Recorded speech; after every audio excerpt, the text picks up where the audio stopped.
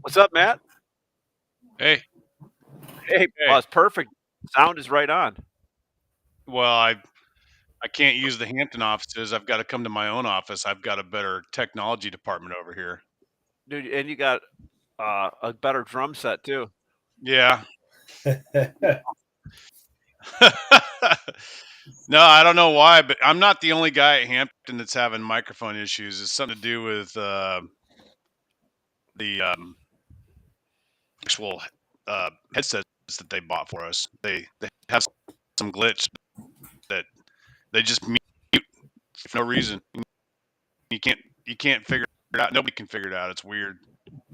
How's it Hang going, on one boys? second. Hang Well, on it's one going second. good. Greg is back from Spain finally. He kinda made the rounds over there and got back, so glad to have him back. Uh, got our first show. Kip filled in real well last week, Matt. I was glad to have him on. Always does a great job. Got off one of mine. I know I got at least one. Okay. All right. Bye. Sorry, guys. You know, blocking and tackling issue there. So look at introduction, little intro. Welcome to Lunch with Lumberman. Matt Beamer from Hampton, USA. Greg or Hampton Lumber Sales. Greg Riley, Sitka, USA. Getting a lot more feedback, a lot more people watching later. If you're watching on YouTube, Twitter, you can go ahead and you can put your comments on, and Nick can see the YouTube comments and chat them. And if you don't know how to do it, don't worry about it. Enjoy the ride anyway. So I wanted to talk a little bit about let's throw up a couple of the news stories that I've seen in the market. And Greg, you made me aware of a couple of them. Nick, what's the first one we can throw up here? And then we'll talk a little bit about what the market's doing, what we've seen, and we'll go from there. So the first one we saw last week, um, and everybody's this is old news at this point. Um, Largest Canadian lumber producer cutting some output. So it looks like Interfor cut 200 million feet. And the way I read into it, they said they're going to disperse that amongst all their mills over the rest of the year.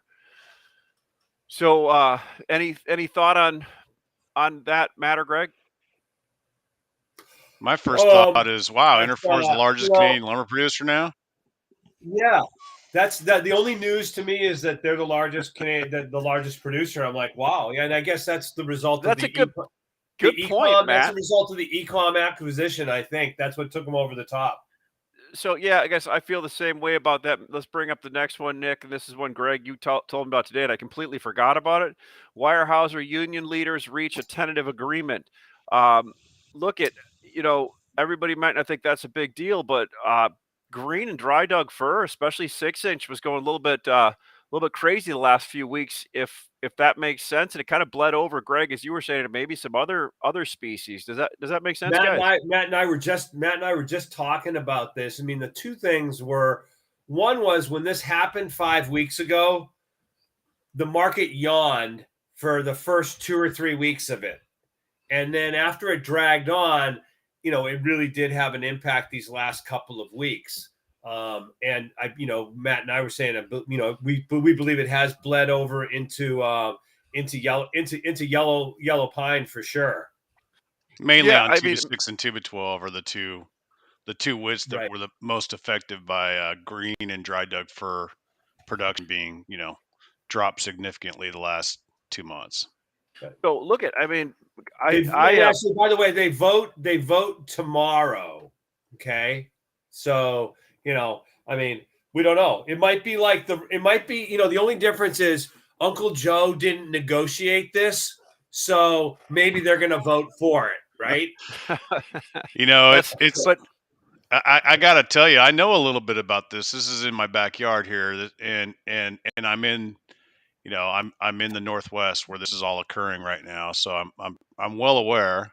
And I long from the moment this started, I've had the opinion that what incentive does Weyerhaeuser have to negotiate anything right now in terms of their production, their sawmills, because they're not, sawmills up until the last 2 years, really pretty low rate of return if you look on a 20, 30-year scale.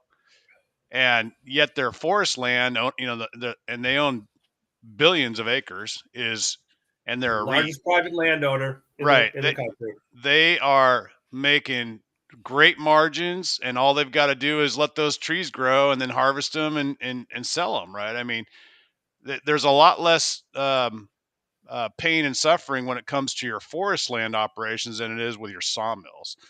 So I'm kind of surprised that Weyerhaeuser has even extended an olive branch. To tell you the truth, I figured they'd be happy to just let those mills not run for as long as possible. Good point, Nick. Let's bring up the next one here. We got a little bit into some housing news the last few weeks. So new home building retreated in September. Now, this story is from a couple days ago. So it's a CNN story. New home building retreated in September as rising mortgage rate scares off buyers. We all know that. Let's look at the next story.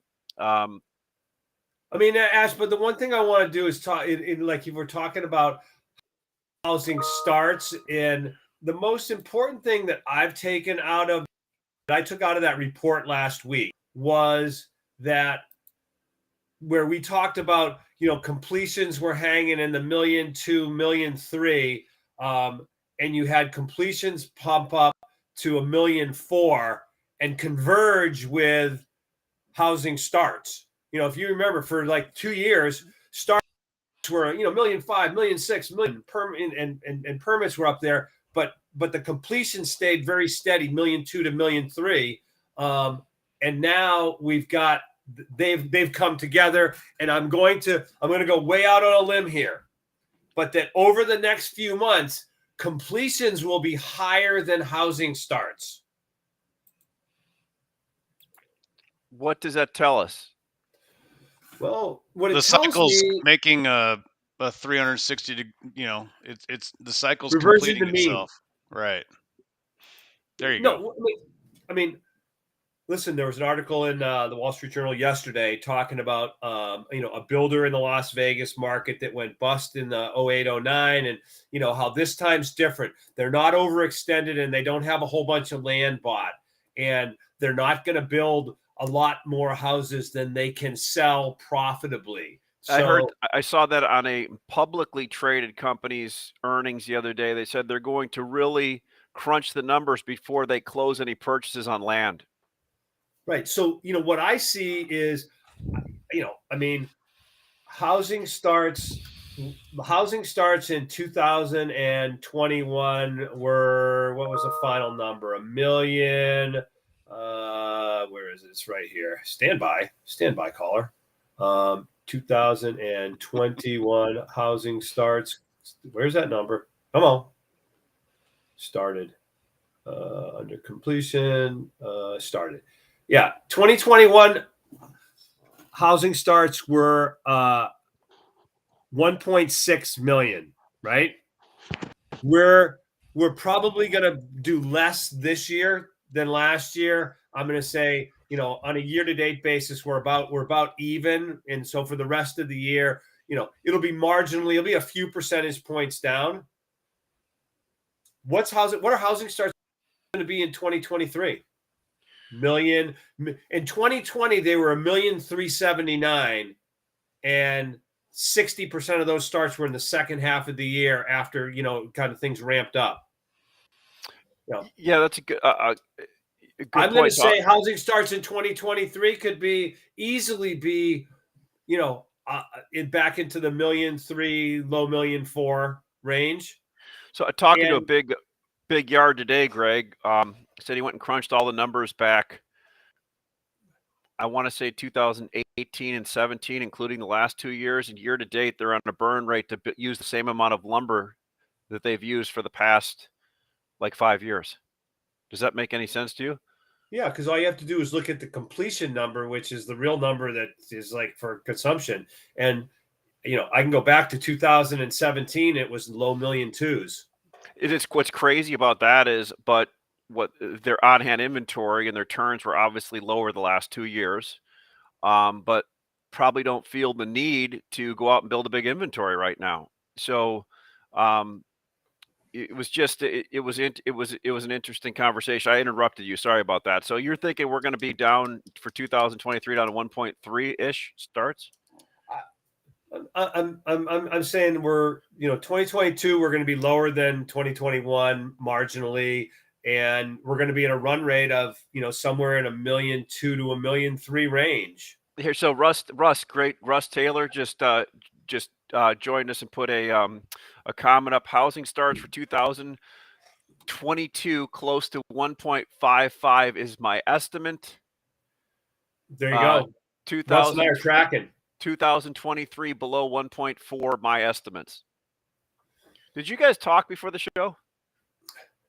No, but I mean, Rush is a really smart guy, so that doesn't surprise me. All right, so look at Matt. Greg and I were talking. I had a news reporter's call and was asking me about trends in the market yesterday and seasonals, and wanted to figure out if there was a seasonal going on here because they saw the price of lumber move like $100 and some. I'm like, did you see the price of the CME move $100 and some, or did you see the price of spot move that much? And kind of had to explain the difference, right? Of that. And I talked to Greg to get some information for it, which I always do. Thanks for making me sound good a lot of times, Greg and Matt. And basically, Greg's like, "Hey, look, Ash." He goes, "Here's a seasonal." And I think, did we say Q4 is the largest production quarter for North America? Matt, is that jive kind of? That's what Greg always says, so I'm just going to default to him. And Q4 is the highest. Q1 is the lowest. Q2 is the second highest. Q3 is the second lowest. And normally people, you have the low in October, November, and then a high as people build their spring inventory based on the old traditional way of retailers sending to single family home builders. But I guess my question is, what are we going to do for a build and inventory? Is the worst on housing behind us now or in front of us? When I listen to those numbers that you're saying, Greg, it looks like the worst is a terrible thing to say. Are the headwinds still in front of us? That's a good Irish. I'll throw that Irish one at you. Some strong headwinds in front of us here. Hey, yeah. May the wind always be at your back. May the rain So fall softly on your fields. so I mean, it feels like we're going into further downtrends. The long-term trend in housing, and usually these housing things don't just correct themselves in 6 months. So, if you're just a student of history, you would think that we're going to have more challenging conditions for all of 2023, and that's going to spill into 2024 at the very least. I think we're at the front end of a housing correction, not at the back end. So there's my opinion. Take it for what it's worth. I mean, Matt, I couldn't agree with you more. And one of the things is that kind of when I'm having this conversation is, I think you should plan for that, and then if things end up being better, with your natural athletic ability, you can hop on that train, right? Yeah.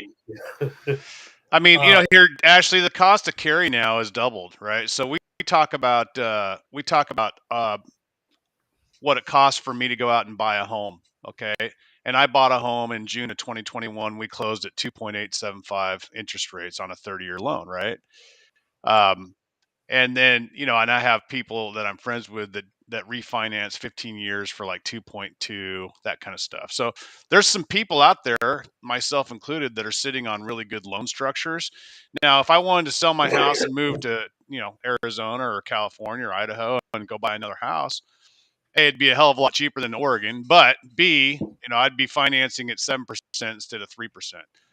So then when I go to Hampton and say, hey, I want to keep borrowing money to invest in inventory, well, now my internal cost of interest that they're going to charge me for holding on to this money, literally the lumber that I have sitting on the ground costs money. So I'm looking at my budget of $2 or $3 million and go, that $3 million budget now costs me 7% instead of 3%. And so, companies are not going to invest as much money in inventory. The flip side of that is the inventory is a lot cheaper, right? So this year, if I decided I wanted to go jump on a bunch of, like, say, buy 100 cars of 2x4 and put it on the ground and do a basis trade on it, that lumber is going to cost me 450, 500 mil. Last year we were starting in November timeframe. I think we were paying 600, 700 mil, and then we went up to 1100, 1200, 1300 mil as the spring went into effect. I mean, I look at some of the costs on my lumber that was arriving in, like, say, May and June last year. It was $1,300, that kind of stuff. That's out the window. I don't think we'll be seeing that in 2023. And I we'll see some rallies. We've had several rallies in a bear market. This is our fourth one. Answer your guys' question about the futures price. We've had 4 of these little bull rallies in the middle of a $400 sell-off over the last 7 months. So Yeah, we're going to get more of those. No doubt, man. Greg had a good point. $1,000 sell off. $1,000 sell off since the first quarter high. And you were saying, Greg, since June, since the last little hit up from 650 CME back down to, what did it go to since June? 400, 402 was low. 400, and you had a good point saying that markets have usually move buying cycles 5 to 7 weeks, and yeah, I mean, normal buy cycles are like 4 to 6 week buy cycles. I mean, we had it was a pretty nice steady move up these last 3-4 weeks, and so now the question is are we just going to grind back down to the low end of the range, which is the low 400s? I'd have to say, I don't know what's out there that's going to propel people to build a big inventory, to Matt's point now. I mean, yes, we can look at, seasonally, the market's moving from seasonal weakness strength over the next several months. But with the economic backdrop that we have, I mean, I don't know how many corporate CFOs are going to be telling, the guys going, hey, you need to really build inventory. I mean, if anything, it's the opposite. And, but one of the things that does is as everybody leans. there's the best adult dating site. We've been hacked. The bots awesome. found us. The bots found us, everybody. Holy cow, man. We've arrived. Yep. Yeah, we were. It's all we're all this talking about wood. Hey, question: if interest rates are Kevin Otto was saying, if interest rates are almost triple what they were pre-COVID, how can housing starts go back to those levels and hold there? How can people suddenly afford mortgage payments double what they were 3 to 4 years ago? And I think, Matt, that's what you kind of were talking about. Maybe I didn't see what time you put that up at. Yeah. Hey, man, look, we are experiencing in real time what the Fed started out to do back in the second quarter, right? And maybe they even started planning for it in the first quarter. But the Fed is executing their plan, and we are seeing the results of it in our business. I saw a really interesting chart and having to do with housing starts and permits and whatnot, and it covered like a 30-year period. But the last 2.5 years, the chart kind of goes like this. It's just a steady line of steady growth over a long period of time, and then you see this big, huge bubble that occurred, for the last 2.5 years, where we just, and that's why we got to $1,600, $1,700 lumber, and people talked about this is the lumber miracle of the last 2 years, and mills finally, for the first time in their history, made the kind of money that they've been dreaming about for 100 years, right? They've never made that much money, and they probably won't again for any time soon. It's going to be difficult to replicate all the conditions of what occurred the last 2.5 years. But what I see, the trend was when the pandemic hit, everybody wanted to move out of the cities and move out of densely packed housing, get out of their apartments, get out of their condos, and go to the suburbs and buy a house away from everybody else. That was the initial driver of fear, right? Fear was what was creating this idea that I've got to get out of here. And then that has now turned into, let's just everybody, calm down again. The Fed has put the brakes on that. And so here we are. We're just gonna back to historically kind of slow growth, slow and steady wins the race. And therefore I doubt you see $800, $900,000 lumber in our future. I really just see that. I mean, I think there's a lot of positives that come out of where, where we are. I mean, one of the things is, you had back-to-back 20% increases in home prices. That was pretty much unsustainable. Sure. So, you're already seeing the prices start to moderate, and you're going to see that more over, to Matt's point, this is going to play out over the next 12 to 18 months.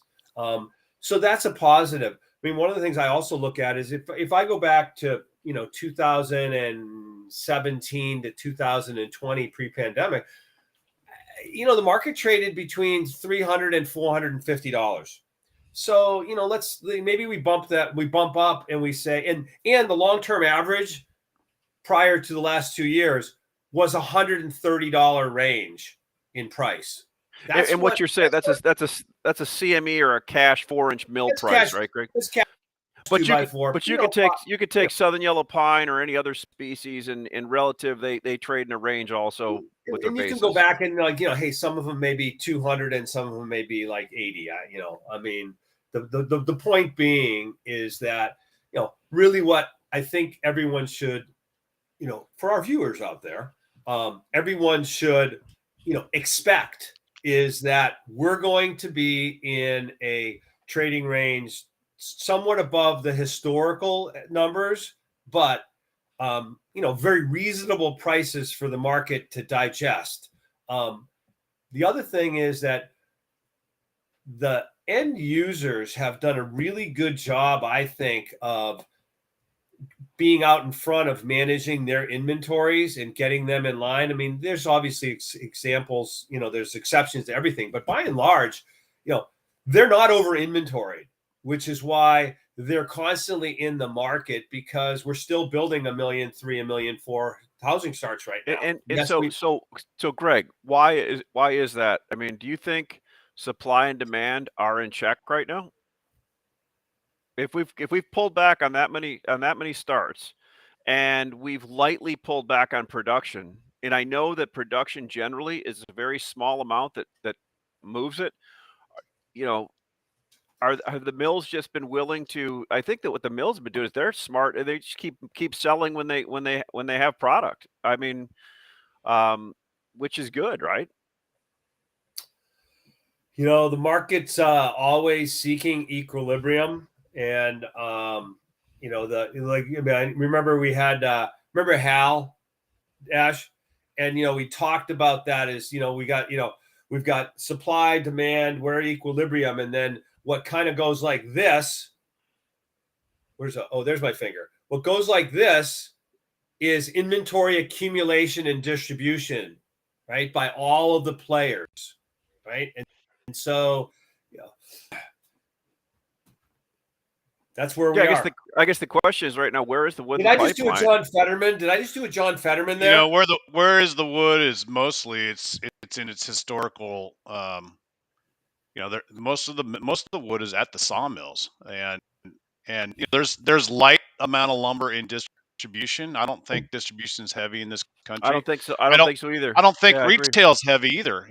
No. I just recently saw a perk in business from the treaters, and so for the first time in a long time, I'm getting some treater business again. And they're willing to pay a little bit more than what they initially offered. So those are good signs. But without the strength in single-family housing, you're going to be lower field inventories on average, and more inventory at the sawmill.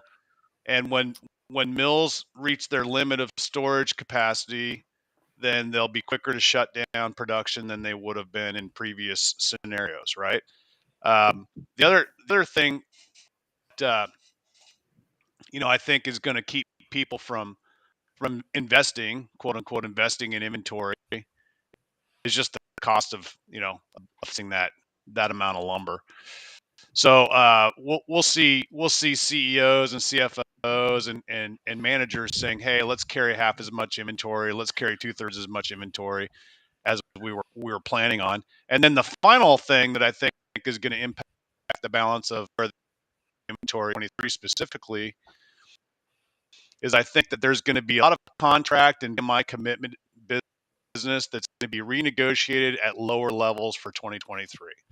So I think that the big chain yards and home center type businesses that have been feasting on VMIs and contracts for the last 2 years, they're all going to go back if they haven't done it already, and for the most part say we want to do 25% of this three.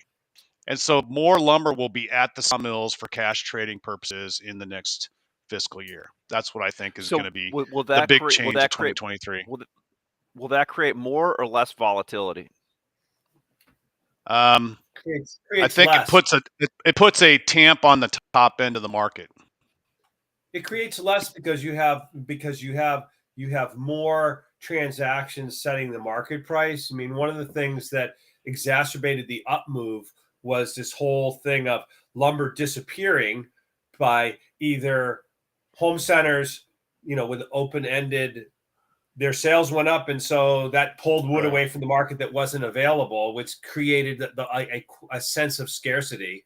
And That's a great point. So in theory, then it's everybody else piled on contracts.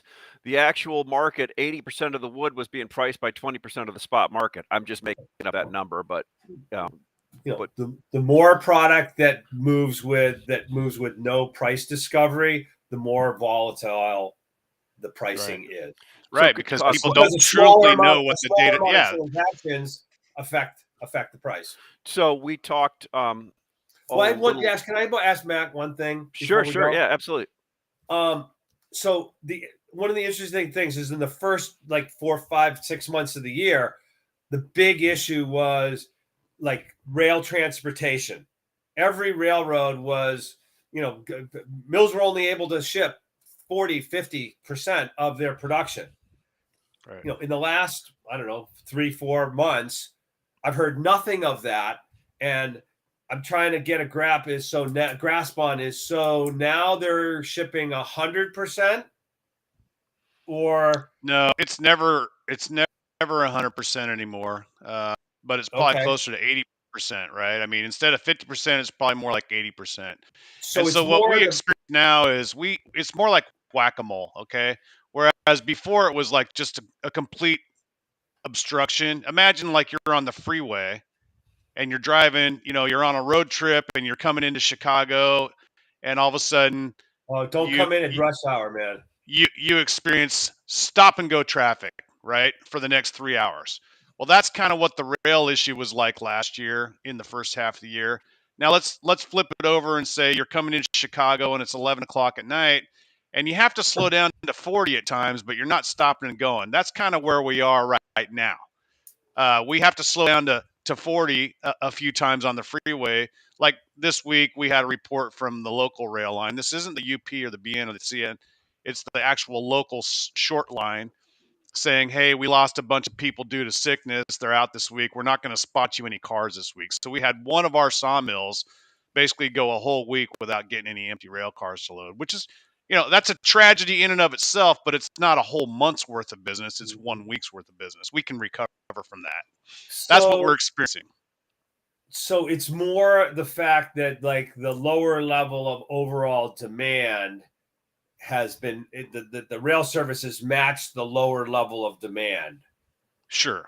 Yes. And so same then, as so then my same in next question trucking. is, Same thing's happening in trucking right now. yeah, man, boy, trucking is like back to Yep. pre-pandemic Just saw a chart. availability and pricing, huh? Just saw a chart absolutely. yesterday. I just saw a chart yesterday on that, how it is back to pre-pandemic pricing, and it just literally pricing and volume. It just fell off. It had a lull there in the first 2 months of COVID in 2020. And it's just a fall off on that. But I got a question for Matt and Greg, since you both deal on this.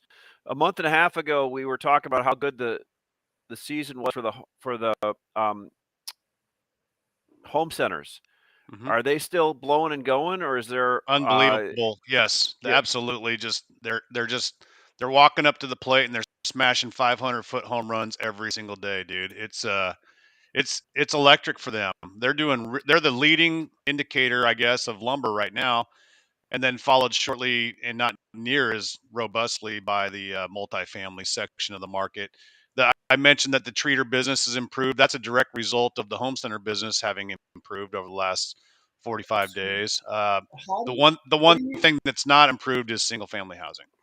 So how do you that what do you attribute and how do you square that home center um, business with the backdrop of everything else that we know? I mean, and then I'm trying to understand and going like, how can home center business be that good? You want I my mean, opinion? My yeah, yeah, opinion yeah, yeah. is that the American consumer has some money still and is willing to spend it for things that they want to do. So that would be travel. If you look at the airline stocks here recently and airfare Right. numbers have been up, I think that there's a number of people that would like to see housing prices drop further, and then they would like to invest in some housing at some point if the prices got down to, more like 2015 levels rather than 2022 levels. I think that there's some cash in America.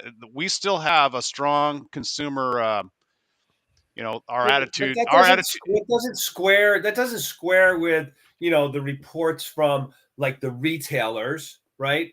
That are like struggling. I mean, it does make sense, and the reports are from the both hotels and the airlines of robust demand.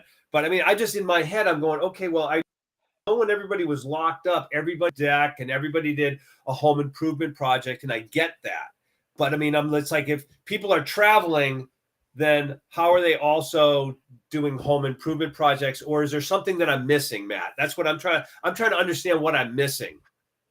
I think you're missing the idea that if you don't want to spend your money on buying another house or a new house or selling your house and buying an existing home, any of these things that make up the real estate market, let's say that the interest rates and all the headwinds you're aware of and you just don't want to do that. Well, maybe you'll just take $40,000 and go redo your bathroom. I mean, that's uncommon, dude. We joke about the theater business. I'm sitting in a movie theater right now. Movie theater business is a recession-proof industry, right? When people get tight with their money, they stop going on vacations to Hawaii and they start going to the movie theater because that's what they can afford. Well, when housing prices get really high and out of control and rates go up, I think people stop buying houses and they start reinvesting in the house they live in already. And I think Home Well, Depot and Lowe's and Menards are the beneficiary of those types of changes in consumer sentiment. And that's been true for my entire career, dude. The other thing that's changed is that Home Depot, and I think Lowe's may be doing this also, but I know that Home Depot has started to go after some of this contractor business.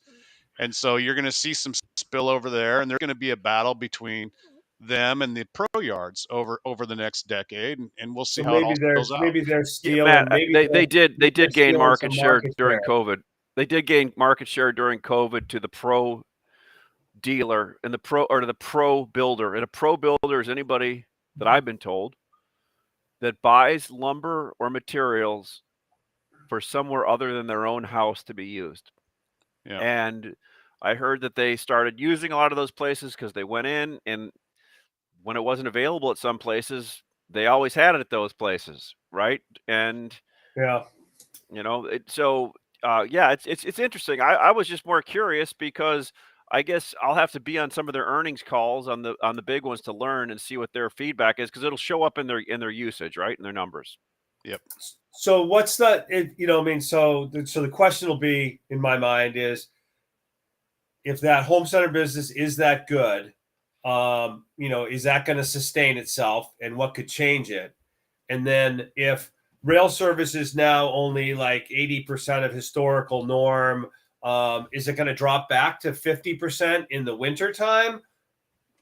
And what does that mean The for the CN market? this the CN warned us, our Canadian operations, because of bumper wheat crop and the desire to move natural gas and coal and some other commodities, that they were not going to increase the lumber allotment for us in 2023 in terms of what they gave us last year. So they're already kind of setting us up for failure throughout the winter time, which I Little, I mean, expected at least that the nice anyway. thing is with Interfor and Canfor and West Fraser reducing their production, they'll have less lumber to ship. So you guys will be okay. Well, the the other other thing that- side is we can start trucking a lot more lumber because Yeah. truck rates have gone back to, Right. historical norms. So There you we go, have Matt. options. And add one more thing to it is, if you look at the reports in the Mississippi River, it's like the old Hank Williams Jr. song, "The Mississippi River, she's a running dry." I mean, look at the barges, they're only loaded at 50-70% capacity on grain right now and they're dredging like crazy because they can't get up and down the damn river because it's drying up in some spots, right? Yeah, that's going to Rained a change lot rapidly. yesterday here, Ash. That should help. Well, I hope so, because otherwise your other option for that other 30% is to go on rail, right? Yeah. So, all right, guys, well, appreciate it. We went up a little over, but thank you very much for the time It's today. been a while since all three of us were together, I so know. I'm glad we got Ben back together. One of the things I like best about the show is